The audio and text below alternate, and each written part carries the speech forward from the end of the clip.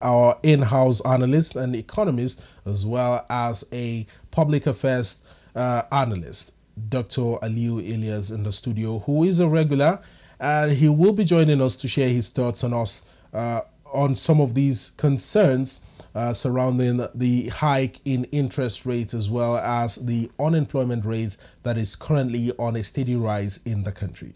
Hello and good morning, Doctor.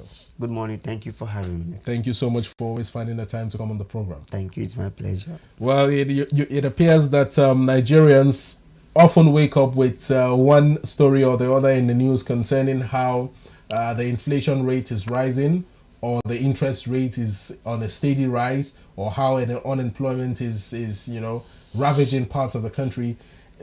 Is there any day that Nigerians would wake up and there will be some sort of economic good news in the country?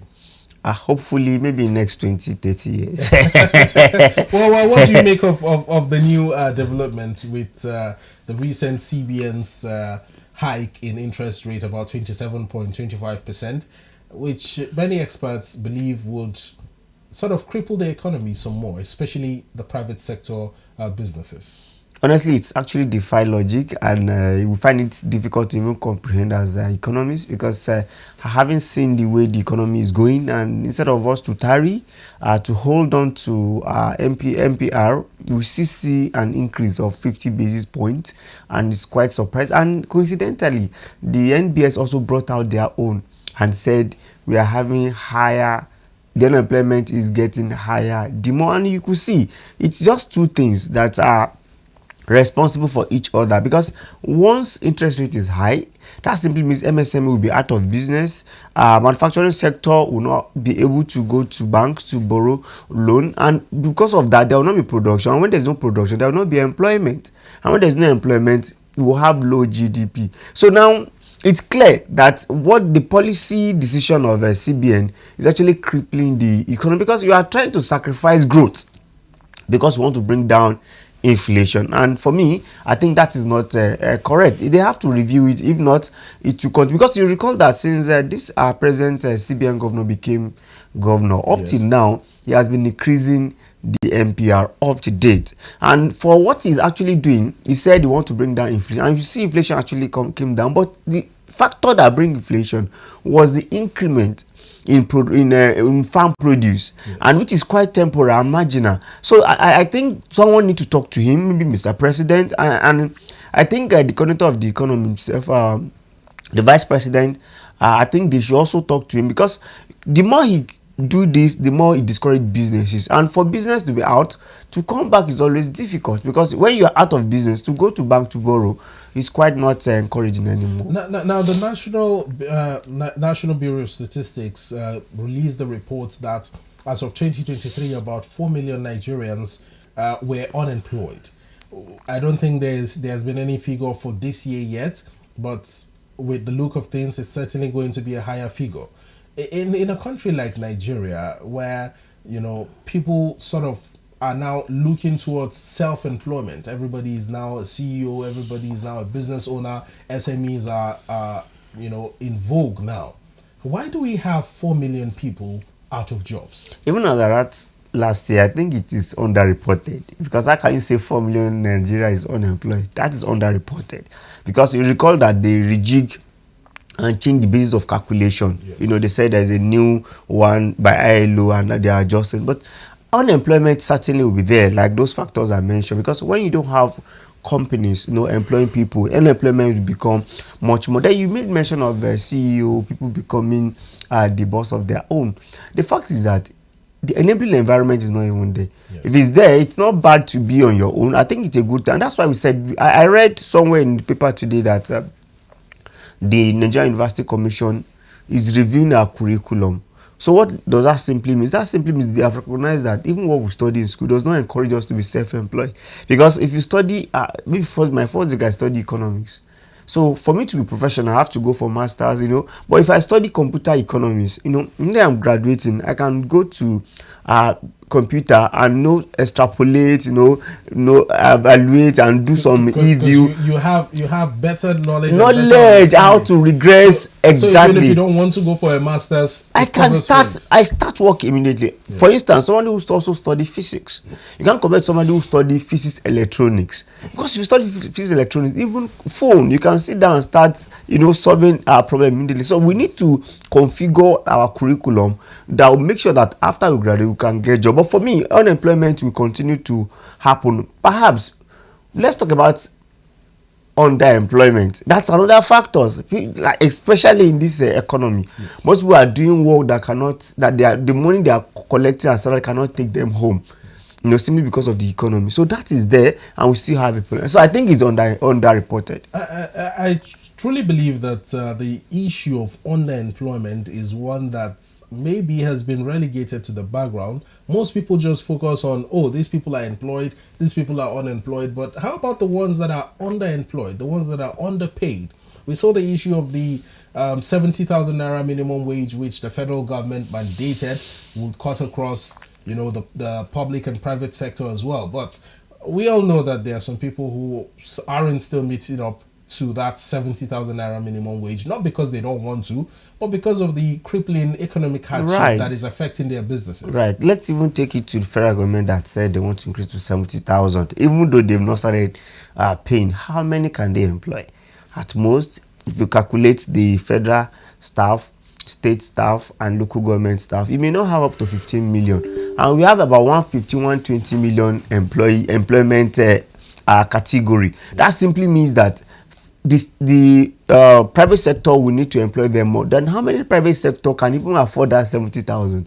So a man who employs 3 persons, we call it MSME, do you expect him to pay that much at this economy? It's quite difficult. So people are very, very underemployed. They want to just manage. Let's even look at it from FCT. How many secondary school are paying the teacher above 70,000?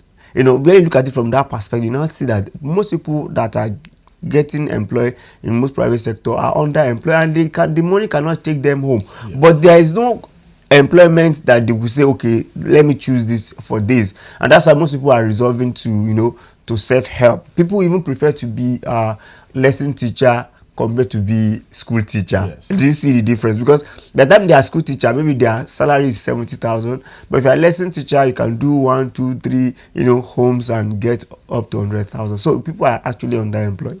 Certainly. Well, let's take a look at the interest rates now more in-depthly.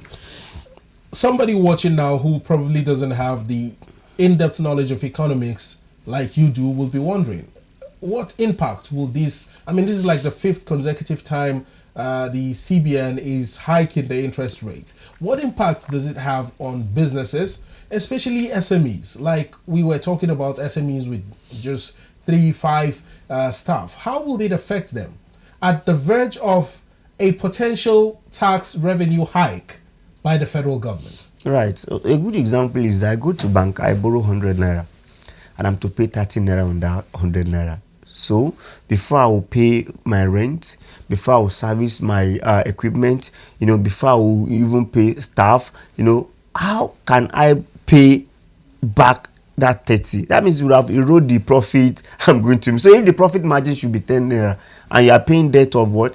Of 30 naira. It's quite, it doesn't add up for you. So as a businessman who want to borrow 30 million naira, you'll be calculating how much am I going to pay back, what's the payment back period, and what's the interest. So, and that's why if you go to advanced economy, they want to encourage you and reduce the level of interest rate so that you can come to do business, employ people. Government also get more taxes. Yes. Government also, in the long run also get increased GDP, yes. There will be production, and in the long run there will be employment. Because that's the major problem now. If you increase tax, interest like you do now, you have just discouraged many. I can tell you many companies have folded up, and there is no hope of coming back, because coming back simply means you have to get more money to do business. As big as Dangote, he cried out, if you recall the other time, the level of interest rate is very high. Yes. For a large scale enterprise, multinational company in such a manner. So let alone MSME that only need 500,000 to do to do businesses. It becomes a serious issue, and it's quite discouraging. And that's why we said perhaps there should be a special window, for the manufacturing sector in some area, and said, okay, you manufacturing sector, come and borrow at 15% interest rate. This will encourage people. And how many industry do we have here? Recall that we still have energy crisis problem. So I'll go to bank, borrow, and I'll still come and buy fuel or gas. I'm sure you know how much gas is now. Certainly. So it's quite discouraging. So, and that's why we said we want energy security. And an increasing electricity tariff. That I can tell you, down. I'm an MSME owner. At least I have some people under my kit in terms of employment. I can tell you, I'm bothered, as I am, on how I'm going to buy fuel, how I'm going to pay for my band A electricity, how I'm going to pay salary. It's quite discouraging sometimes. You now think, what are you actually doing in the business? Because in the long run, you may be running at loss. But you wouldn't want to say you want to go and dust your certificate to go and look for employment, except maybe special one. So it's quite if challenging. You're looking for an employment, you're probably going under another SME who is also grappling with the same problem. Will you even be able to employ me? Exactly. And that's another thing we have in Nigeria, because we will size you up. Can I actually pay this salary? Yes. For me, maybe my own principle for employment, I'll look for somebody who I can really can be under my control. If I thought maybe knowledgeable than me, but I will look at how that person can be in my control. So it's a serious issue for small business owner. I can tell it's quite challenging. And if it continues like this, Nigeria might be going to hitting the rock. It's not easy for people to actually survive. So you say, okay, you're a small business person, you're not benefiting from government directly. Tax will be there for you, band A will be there for you, energy cost will be there for you, and you also have interest rate problem. It's quite a challenging period. So I think President Bola Ahmed Tinubu, we need to review this if they actually want Nigerians to breathe in terms of doing business in Nigeria. There was a report this morning in the news that the Central Bank of Nigeria blaming or asking Nigerians to blame and hold former President Muhammadu Buhari accountable for the current economic hardship in the country. It's not new in Nigeria that any successive government or administration comes into power and it's a blame game of this person was here, he did so much, he wreaked so much havoc to the system, and now I have to fix the system. That's why I can't do what I need to do. Why do we continue in this vicious circle of blame games? Right, I beg to disagree with that insinuation, because it's quite erroneous and you are misleading Nigeria if you are bringing up such a thing. First and foremost, during President Muhammad Buhari, I'm not canvassing for him, everybody with his own tenure. During his during his period, we did not see interest rate as high as this. During his period, we did not see energy cost as this. Inflation was high, but it wasn't as high as this. Perhaps I can tell you the bane of our problem is the policy pronouncement or policy direction of President Bola Ahmed Tinubu. The day he became president, he said fuel subsidy is gone. And when you say fuel subsidy is gone, we are looking at the other challenges that surround it that you have to solve. It becomes a serious one. I can tell you, since about 2 months, I've been struggling to convert my car to CNG.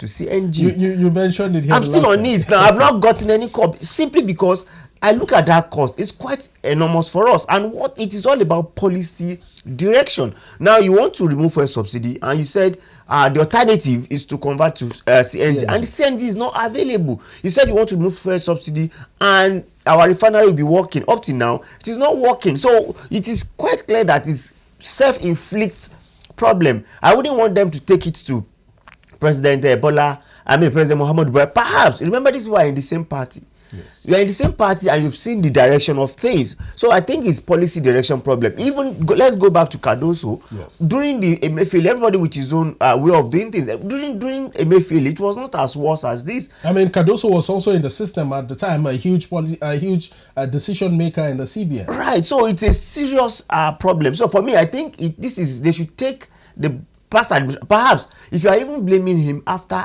1 year, it should be you have done your own budget. You should have just make sure you plan yourself and use your budget to control things. You control the capital budget and what have you. So I think it's a big bad way of saying that you should blame President Muhammadu Buhari. I think they should face the reality and solve Nigerian problem. Well, Dr. Aliu, in terms of the current joblessness in the country, with the exit of multinational companies and the closure of manufacturing companies within the country, And mostly the people who were employed in these companies, you will agree with me that the demography is mostly young people, and now they are left unemployed, wallowing and wasting away at home.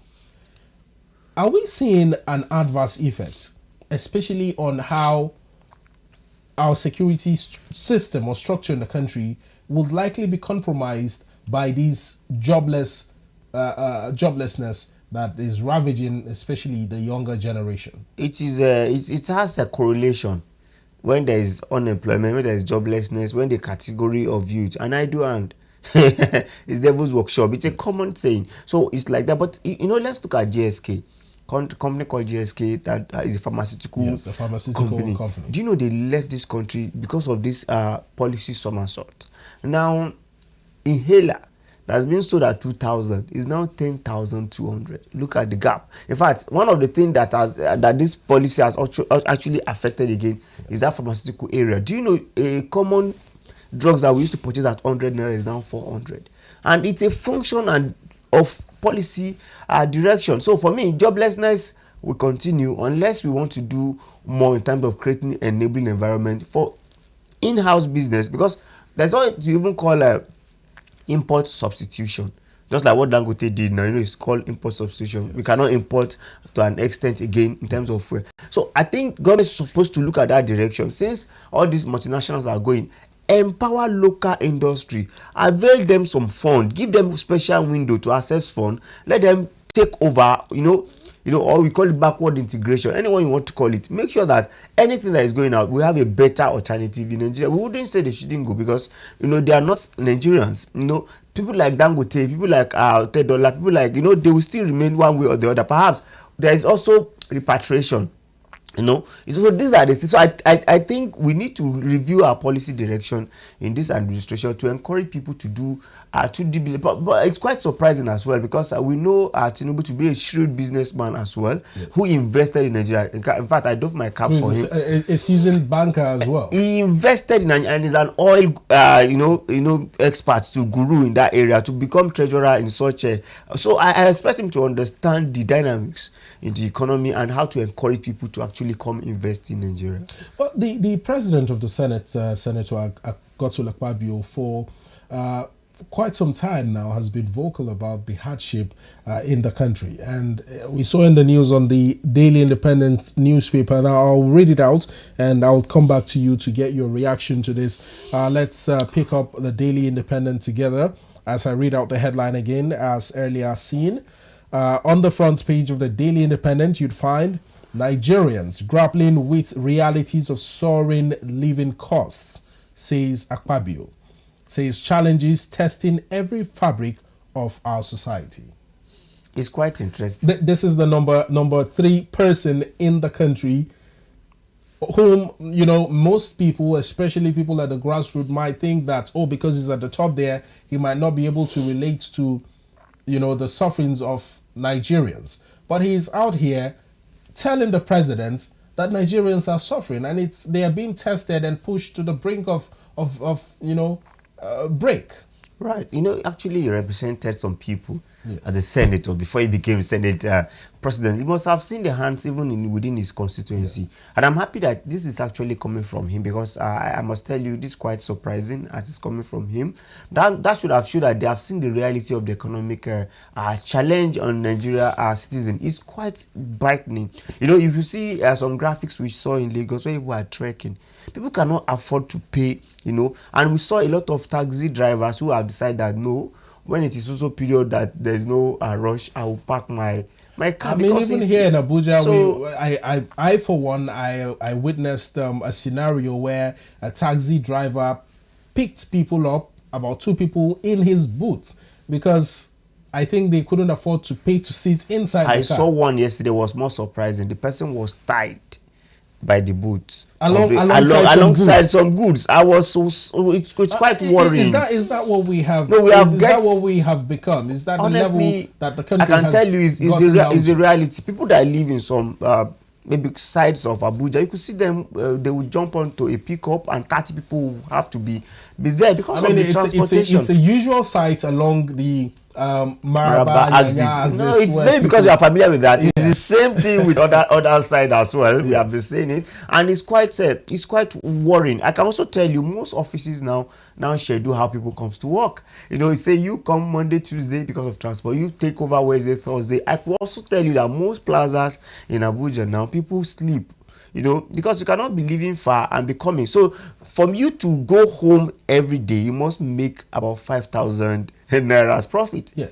So, if you don't make 5,000 as profit, you rather sleep because you won't be able to afford it. So, imagine if you are coming from Gwagwalada to city center in Amak and you are going to expend 5,000 naira, not your own car, you know, joining public buses. Yes. So it's quite challenging, and that's how it is in everywhere. So I think there must be urgent attention to ease the problem of transportation, and that's why we say we should have CNG like a brick and mortar, whereby every person can access. For me, for 2 months I've been struggling. I've gone there, I've not seen messages, we've not told me to do anything. But imagine if it's like maybe a kilometer from you can access it. Yes. At everywhere, just the way you can access petrol at exactly. Or perhaps let's have CNG conversion at every filling station. Do you know how easy it would have been? So I think this government needs to do more to make sure they create more or unbundle that area where you will not be the only supplier of those, because part of what they said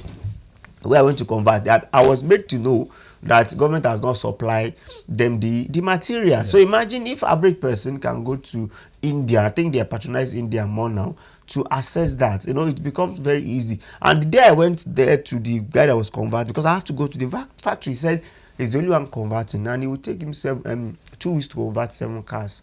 And I said, that means I don't even have hope of being called. 2 weeks to convert 7 cars.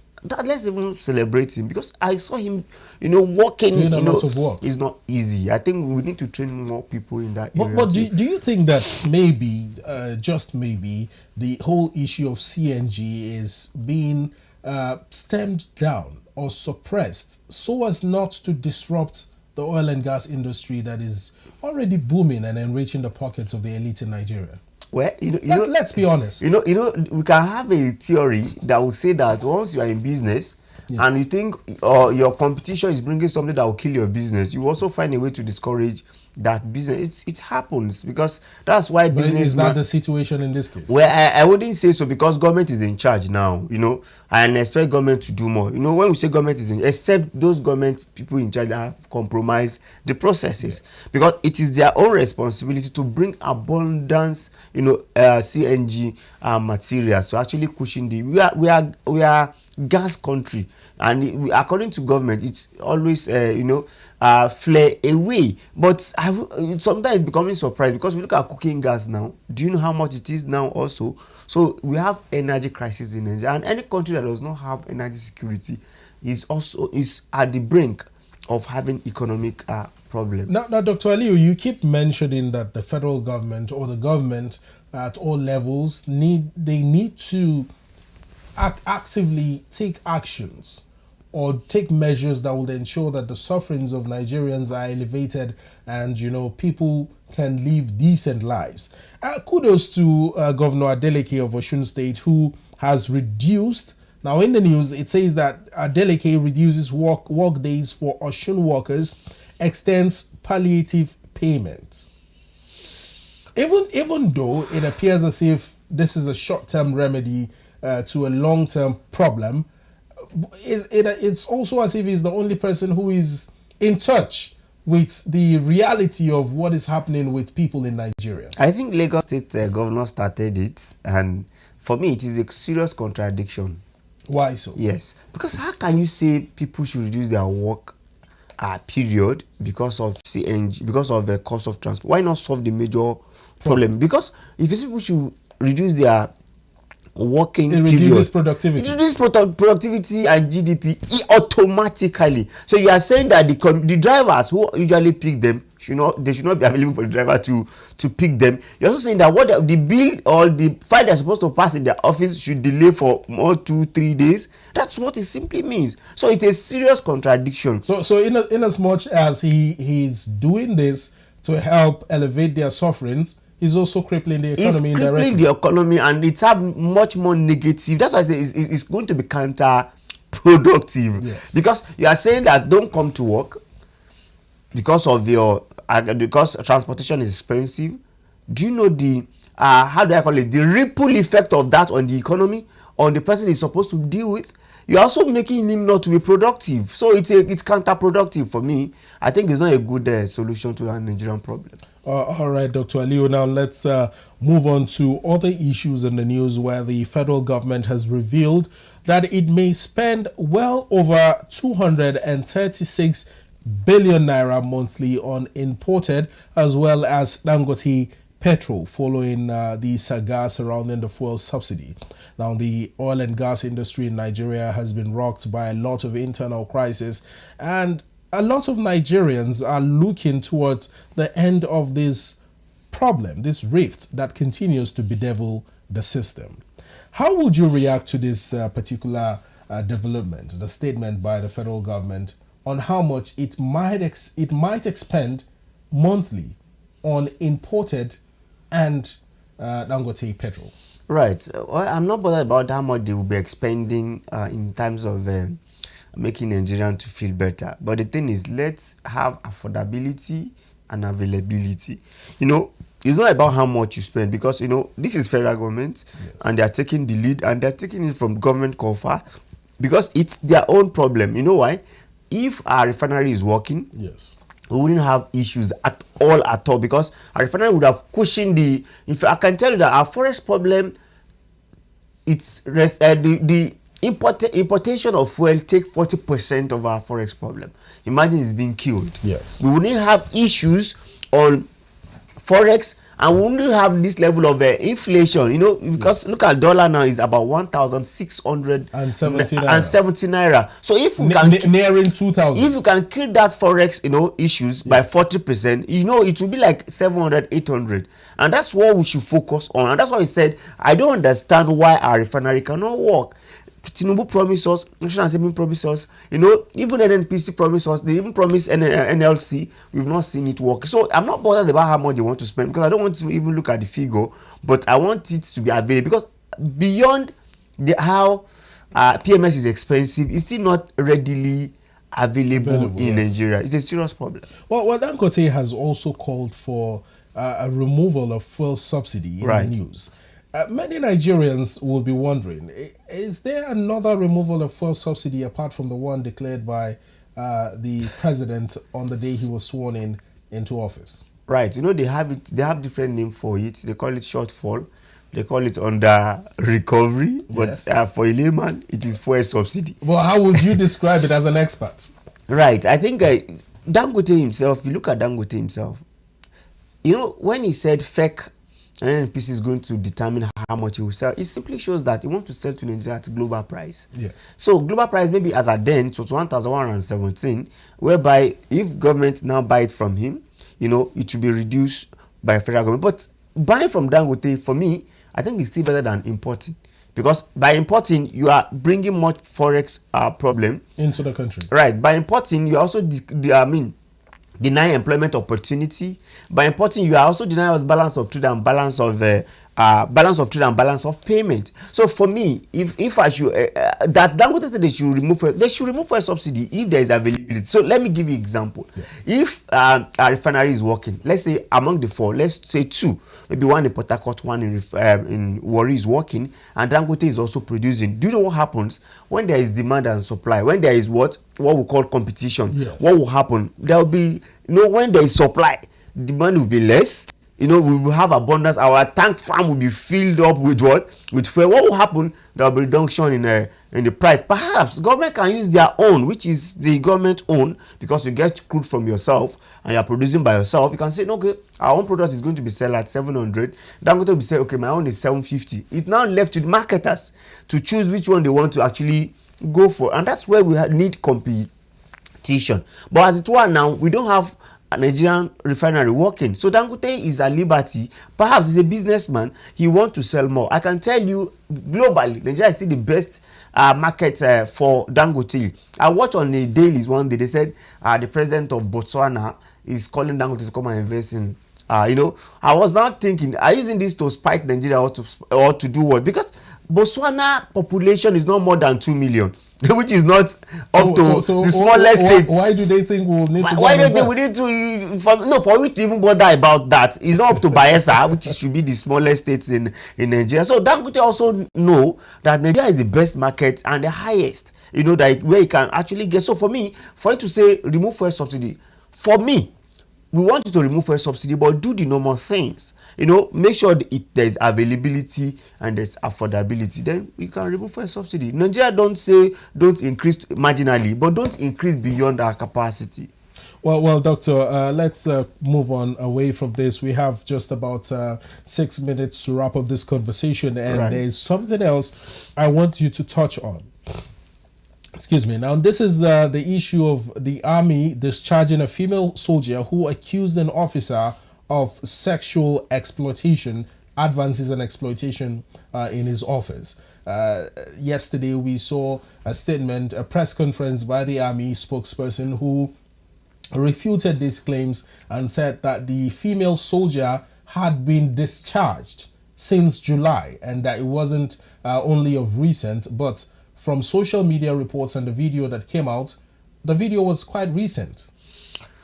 Right. When we see Nigeria Army, honestly, I must tell you, I have serious respect for their process in terms of investigation, because the two people involved are their own. Yes. But the thing is, that my fear, which I don't want to sound, maybe I'm quite supportive of the man involved. The issue of blackmailing is becoming rampant. Yes. And we have to be careful about it. I think I said to a particular case where somebody raised an issue, and by the time I get my find, I discovered that there is a case of blackmailing, which is a big issue. But according to Nigeria Army, they said the woman has been discharged. She have access to her pension. They didn't deny her anything, but they allege she has all her entitlements as a retired. But they allege maybe probably she has mental, or they try to under health circumstances. Exactly. So I think I want to respect their processes, but I don't want them to, I don't want them to be covering one person for the other. But it's quite a very big issue to handle. It has to be gender sensitive issue. So, but I hope they will follow up what they said, and they will give her all her entitlement. I think that will be may settle it to an extent. Now in the military across the world, not just in Nigeria, the issue of sexual exploitation, especially towards women, has been a very huge topic. Even though big, it's always discussed in hushed tones. Nobody wants to offend anybody. Nobody wants to step on toes. How much of a deep and big issue is this, and how can we curtail it and ensure that women in the force, women in the military, are safe? Right. Sexual harassment generally is real. It happens virtually everywhere, because where it happens now, that's why we are looking at it. So I think there should be a more protocol from the Nigerian Army to actually protect their female beyond for all this sexual harassment. Yes. When man become the head, sometimes it's find way of actually so we won't rule it out, but it has to be thoroughly investigated. And that's why I said I wouldn't want a case where one person want to blackmail the other, one person want to take advantage of the other person. So I want to, because I listened to the PRO of Nigeria Army while he was actually reeling out their resolution and their decisions. But I think let's leave it as it is now, if they can cater to all the woman's needs. Many people are concerned over the silence of the Ministry of Women Affairs, citing that somehow they should have spoken up for the female soldier, and they are also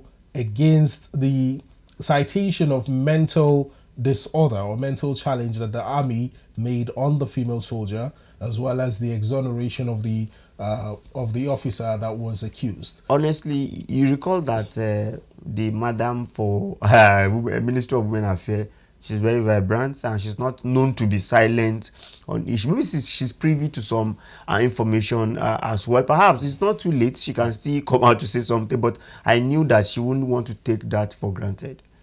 All right. Well, in closing now, Dr. Aliu, let me just get your take, your message to the Nigerian Army, your message to women in all sectors across Nigeria in terms of staying safe and ensuring that they fight against such exploitations, if any should come up. Right. I want to trust the Nigerian Army process in terms of doing their investigation. We want them to uphold that, because if consecutively we discover that they are fall short of our expectation, we will much more discourage going forward. And for women, I think it's quite it's a challenging time for them, because they are fighting for, is it gender equality, where some of us will say no, we want equity, because if you want equality, it might be far for you to reach. But if you can have equity whereby women are considered and respected to an extent, and once they raise any red flag, it will be considered and investigated, I think that would have solved the problem. All right, Dr. Aliyu, I must thank you for always coming around. It's always interesting to have conversations with you on the program. Thank you for having me. Thank you so much. Okay.